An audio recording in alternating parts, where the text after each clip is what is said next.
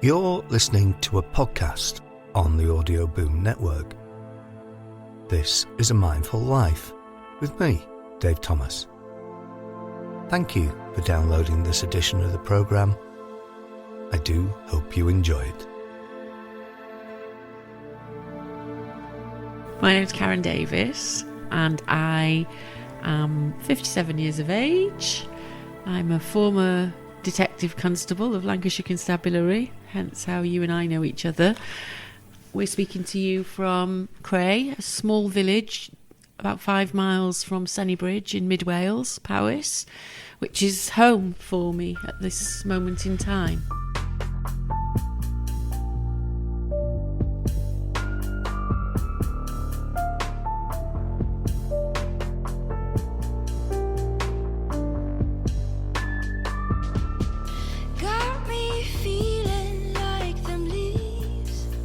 I grew up in Wales, about an hour really from where I'm living now. I was born in Abergavenny, went to school in Abergavenny, and went off to university in Manchester and had various careers before. What did you study? I studied English and theatre studies.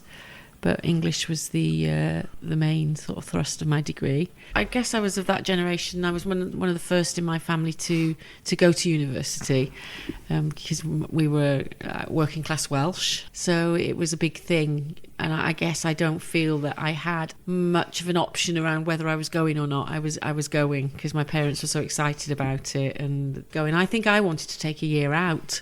I think I wanted to take a year out, even though that probably wasn't as popular then as it became later. A year out seemed to be like an acceptable thing, didn't it? You do your A levels, you take a year out, go off travelling, and so I think I wanted to do that, but that wasn't an option. So and I was living in a very Welsh life, very small town, and went off up to the big metropolis that was Manchester, which you know well, and did 3 years of my degree, went to London, went to drama school, spent a number of years performing. And then when that became something that wasn't enjoyable anymore, I joined the police. Right. I mean, I had a similar path in so much as that I was doing something completely different and then I joined the police. So what was your reason? What were you doing before you joined the police? I was a photographer. That's right. And certain circumstances transpired within the photographic field that made work harder to come by. So that was part of the reason of joining the police. But what were your incentives? I really don't think I thought it through. I really don't think I thought it through. Do you know what happened? I went to drama school because I always wanted to be an actress, and I went to Manchester, did an English degree, theatre studies was the subsidiary degree, and decided, right, I'm going to go to drama school in London after my degree because I'm going to be an actress and I'm going to be at the Royal Shakespeare Company. That's in my little head, that's what was going to happen. So I got into drama school, auditioned for a postgraduate year in drama school in London and did that year, and it was brilliant, and I loved living in London, and it was everything. It was just so cool, you know. I was really enjoying myself.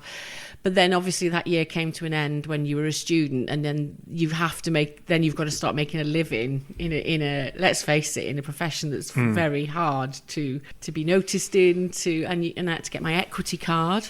We ended up, a group of us from drama school ended up forming a children's theatre company, and we got 2 summer seasons at Pwllheli Butlins. And those 2 summer seasons allowed us to get our full-time equity card, because you couldn't work you couldn't work professionally without an equity card. And then by the end of the 2 summer seasons at Butlins, my best friend and I, were doing some singing, some busking and some singing, and we decided that we wanted to be cabaret artists. So we went off and decided this is what we're going to do. And long story short, we ended up working as a female singing duo, and we worked all over the world. We worked for the Combined Service Entertainment, the Forces. We've been to Bosnia when Colonel Bob Stewart was there with the Forces. Yeah. We've been to the Falklands. We've been all over the place doing that, and we ended up working on cruise ships in the Middle East for about 4 or 5 years, and got a job at summer season at Blackpool, at the Winter Gardens and the Blackpool Tower. By now we were both coming into our 30s, and I think we would just had enough of like the whole sequins and blonde hair and being, treated like commodities because we were two intelligent women, but we'd had a great time travelling and getting paid for it. So Julia decided, this is it, I want to do something different. And she actually applied for British Airways and whilst we were in our last summer season. And I thought, what shall I do then? I'll apply to the police. This is the funniest thing. So I applied to Lancashire because we were in Blackpool. And I thought, I'll start here. And I just kept getting through each. So I went then in those days, because I joined in 95, so I would have been in 94 being going for my interview process. So there was an assessment day, and you went for the assessment day, and I remember people saying to me, a handful of people saying, this is all I've ever wanted to do. I've only ever wanted to be a police officer. And I felt a bit of an imposter, really, because I was there with my cabaret hair, because I was still doing cabaret. And seriously, it's from Sequins to Sirens, that's what I call it. And I got through that. And then there was there's a book. There's a book, yeah. You've got the title of the book. Yeah, the book. Or because we were at Blackpool, something like Sequins, Sirens and Seagulls. And I just kept getting through each stage. And I'll never forget Julia, my working partner at the time when we were singing, taking me for the final interview. You do the interview with the chief con and whoever else was, I can't remember who was there. And then they sit you outside the office afterwards, don't they? And then they call you back in to say whether you're successful or not. They called me back in and said, yes, you're successful. This was like in the September of 94. And I was absolutely in shock. And I just remember going outside to Jules, who was waiting in the car at headquarters in the car park for me, and said, I'm in. I've got the job. I got my starting date, which was the 16th of January 95. And we were doing a Christmas season in Bahrain. And so we went off to Bahrain to do cabaret for Christmas.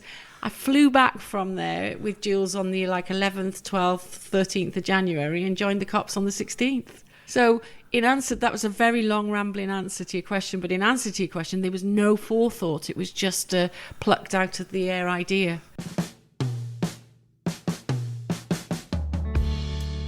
You've got me questioning my position. Am I just filling out? So how long were you in the police? Just under 22 years. And I think we worked together, didn't we, in St Anne's? Yeah, we did. Both early on in our careers. Yeah. You've had quite a varied career. Yeah. It kind of started to go wrong, I suppose, didn't it? Yeah, it's interesting, really, isn't it? Because when you just said those words, it started to go wrong. I wonder when that really did truly start happening. I think it happens long before you realise it's happened. You just don't see it. Yeah, that I guess that's what I was going to say, because I went off sick in 2012, went off with stress,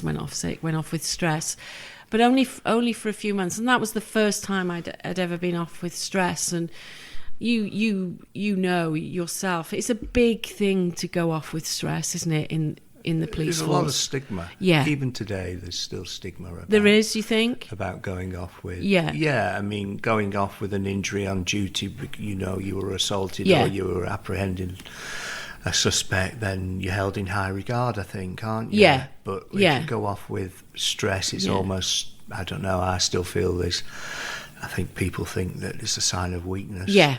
Yeah, and I think I felt that it was a sign of weakness. I felt that like I'd failed, but it was a bit like it was just a complete and utter brick wall, really. But It really was. It was like a car hitting a brick wall. There was absolutely no way I was able to function at that point when I went off. So I had to go off. Are you able to tell me what it was that caused you to go off? I think it was I don't think it's any one event. Sure, yeah. Well, I say that I'd been on child abuse investigation for a number of years. So and personally, I found the responsibility of juggling that workload daily, spinning plates, very, very stressful. And also the nature of the work. It goes without saying it's difficult work, isn't it? I mean, certainly... You're in that... You've been in that position. I'm in the same field. And in my experience, and certainly my own experience anyway, it wasn't just something work-related.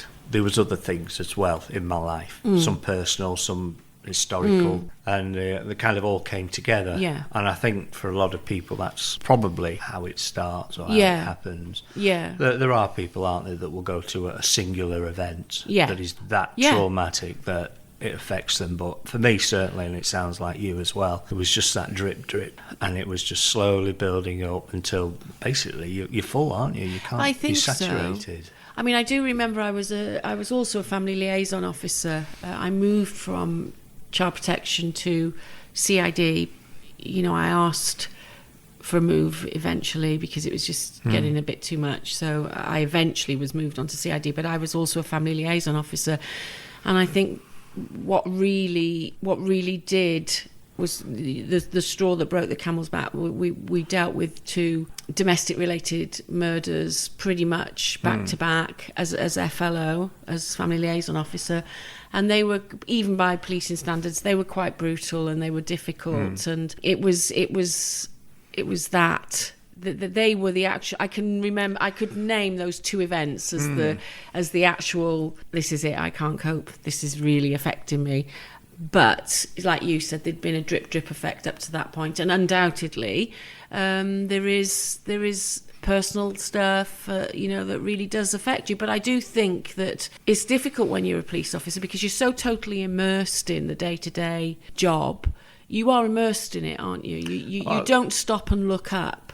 Well, yeah, you are immersed, and I think you normalise it as well. Yeah, of course you do. Because if you don't, you go pop. Yeah. You have to tell yourself it's normal, which is really, in hindsight, it's the worst thing you can do to yourself. Yeah. Because ultimately you do go pop. Yeah, that's really interesting you saying that, Dave, because I think somewhere along the way, during therapy sessions or a therapy session, that the lady that was my therapist, still is at the time, did say to me that about, normalising situations that are not normal. Even if you are a police officer, I know you sign up. Well, I don't think I knew what I was signing up for. Did you? I had an idea, but the extremes. Yeah, that's what I mean. Still take you by surprise. Yeah. Yes, I knew I knew I was signing up to an emergency service, and it would be. But I think the extremes are those things that, as an individual, take you completely by surprise. Yeah. I mean, I was an FLO as well on traffic, and obviously I went off ill from work as well with stress and trauma. At the time I was 10 years on traffic, and I never once thought at the time it was affecting me. Never once. You didn't? No, I didn't even think this is bad. It's affecting me, but I'll keep a lid on it, or I'll try and normalise. It really didn't affect me. And it was only when I went off work with stress and I looked back, I realised that was part of the problem. Yeah. And it did, and it had affected me. Yeah. Which is quite scary, that, because I was completely unaware of that. Yeah. I really was.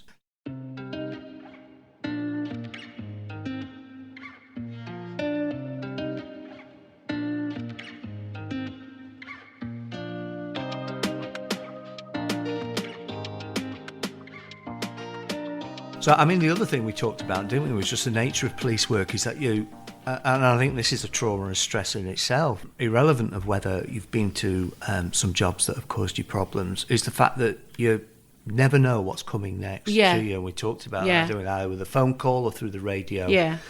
And that kind of makes you hyper-vigilant, which is a stress in itself. Yeah. And I think you and I talked yesterday about actually going to jobs sometimes if I'm honest now, and I've thought about this a lot, go into jobs like maybe single crewed on nights where there was some violence at a scene, at a house, and you could be first on the scene, couldn't you? And being frightened on my way there, and to say that now seems, like I would never have admitted to that at the time, that I was frightened or that I was scared, or I didn't want to get hurt, I didn't want to get assaulted, I didn't want to get into a fight, I didn't want to. I think with hindsight, and the police service has changed so much, hasn't it, in the last 25 years, I don't think anybody wouldn't be human if they said they weren't scared. Everybody was scared. They just didn't want to admit it, because it's this persona, this stigma, isn't it, that if you say I'm scared, then you're seen as weak. Yeah. I know people, I've heard officers in the past say, I don't want to work with that person because they think they're weak. That's right. And that's right. awful. And you feel that you have to, well, I certainly felt that I had to give a good account of myself. Yes. And that meant, certainly in uniform, getting stuck in. And when things were violent, or when there was stuff going on in the, what the streets, what Blackpool's town centre was like on the weekends when all the clubs were kicking out. It was the Wild West. There was a lot of funny things that happened, and there's a lot of humour, but there was also a lot of and you could get hurt. Yes. And you could get hurt, couldn't you? Right. Okay. Well, I'm not going to ask you about the therapies that you had, but what were some of the things that you did that you found that helped you? So that we were, you yourself know, you get sent to occupational health, and you get sent for certain interventions when you are in that stressful, when you're off with stress.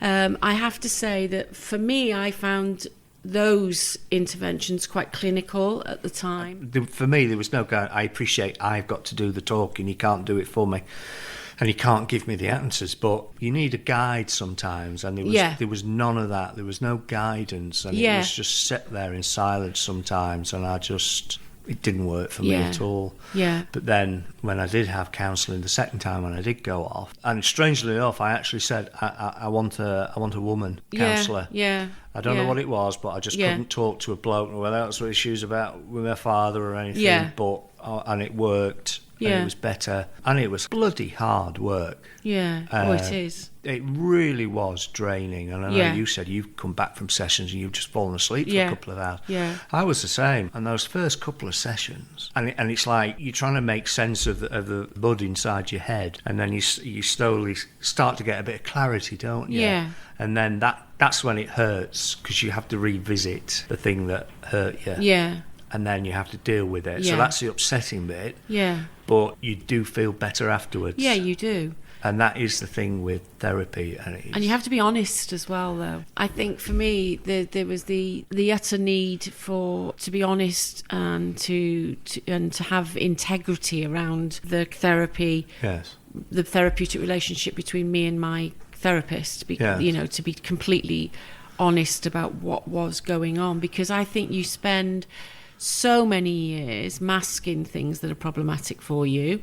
It's a hard habit to break. They are, whether they're childhood issues, so you mask them, you're not honest about your feelings, you're not honest about what's happening for you. And then it's so interesting to then be to gravitate towards a job like the police force, where you do spend a lot of time masking the horror of your feelings about what you're dealing with, not being able to go home to talk about it. So it's almost like you carry on doing that. And then how you deal with that as well is all dependent on how your own upbringing as a child. I strongly believe in that. I read somewhere the other day, it's not a child that's hurt that causes the child the trauma, it's being alone with that hurt and not being able to deal with it. That's what causes the trauma. And I suppose if have kids, we have a problematic childhood, we kind of grow up as children, don't we? We never sort of develop emotionally, so then we deal with our adult experiences as children. Certainly, Yeah. if that was the case for me. Yeah, Once you realise that there's nobody coming to rescue you, yeah. that's when it kind of switches on. You think, right, I've got to do this for me now. Mine was an utter breakdown. It was complete, mentally, emotionally, physically. It was probably.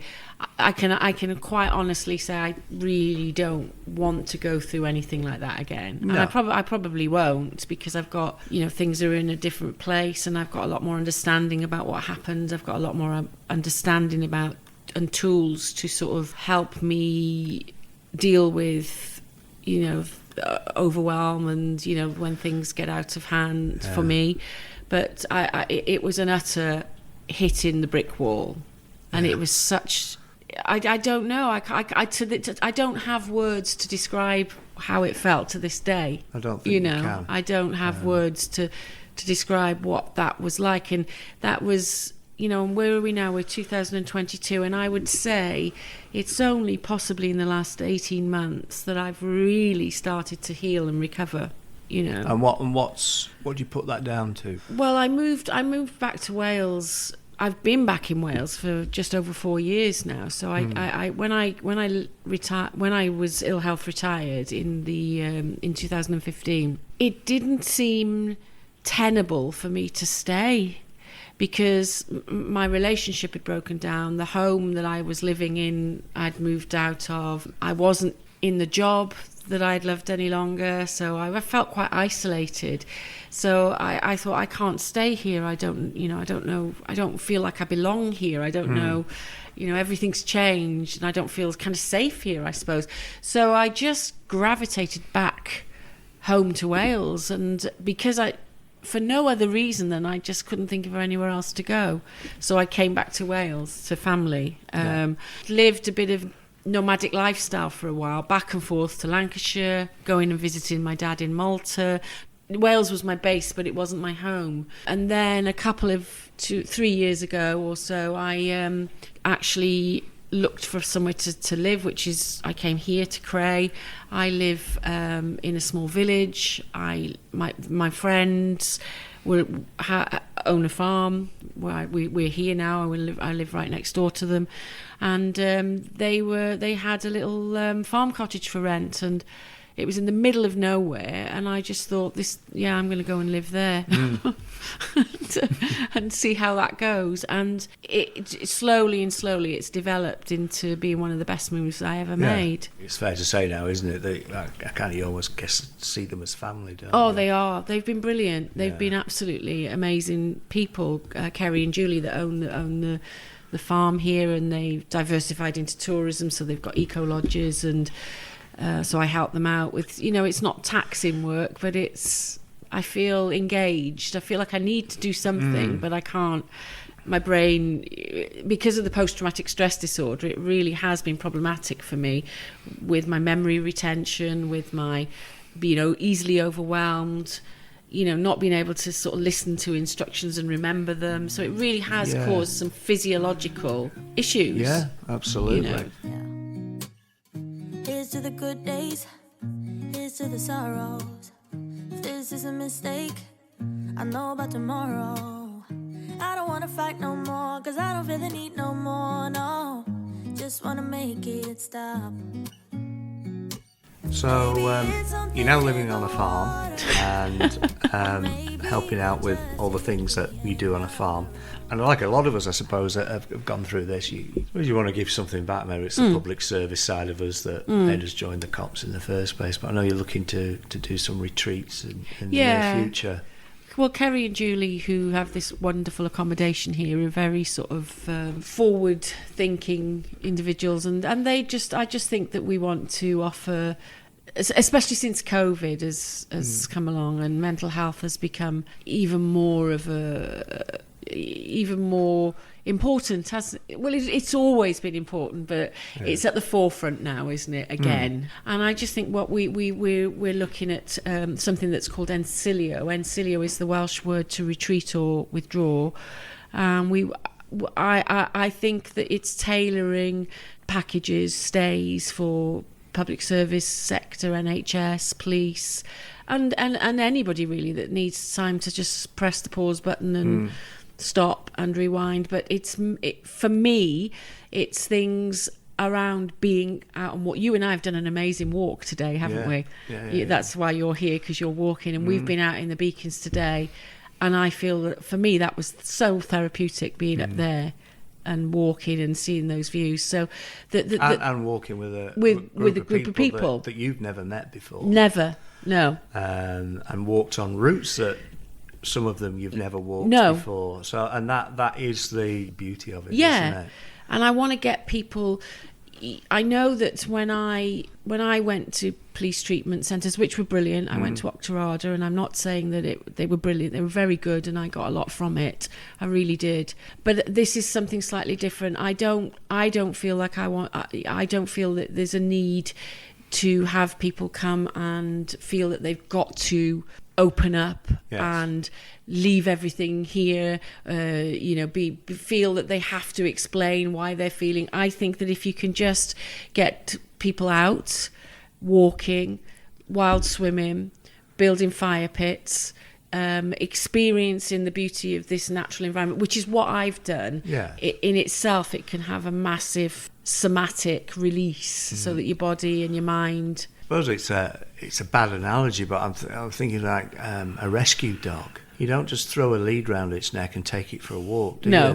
These days and weeks of coaxing, and you're right what you say about you can't just expect people to come on a retreat or a course and just open up. No. Well, I know that from my experience with, we've got yoga, meditation, qigong, all of that will be available, and it's practitioners who have had a lot of experience of working with people that have suffered with trauma, and I've had lots and lots of sessions with these guys, and for me it's amazing because it works. It's putting you back in touch with how your body's feeling and giving you coping mechanisms and tools, and I'm really at a stage now, Dave, where I don't feel that I want to talk anymore about any of it. I don't want to talk. It's time to be happy and get on with life. And I want to walk and swim and practice all these mindfulness techniques that I'm learning. And I think if you could have those, we talked yesterday, didn't we, about when somebody's broken, it's almost too late to interject with all of these methods. We should be coming in early intervention. And then the other scary thing, I suppose, is the fact that you'll never get rid of your trauma. I was like, you'll always have that trauma, Dave. But you just have to adjust your attitude to it, and not pay it the relevance that you did before. But the reason I can do that, and probably you too, is because I have learned over the last few years techniques and mechanisms and things. I've understood that going walking for hours, or these are the things that help me personally, individually. So that's where I need to focus my energies to allow my mind to quieten down and to be able to cope. So it isn't with talking therapy. This is what works for me, putting my body through this kind of physical reconnection with nature. Well, I'm sure your retreats will be really well received, knowing you as I do. So Karen Davies, thank you very much. Thanks, Dave. Thanks for chatting.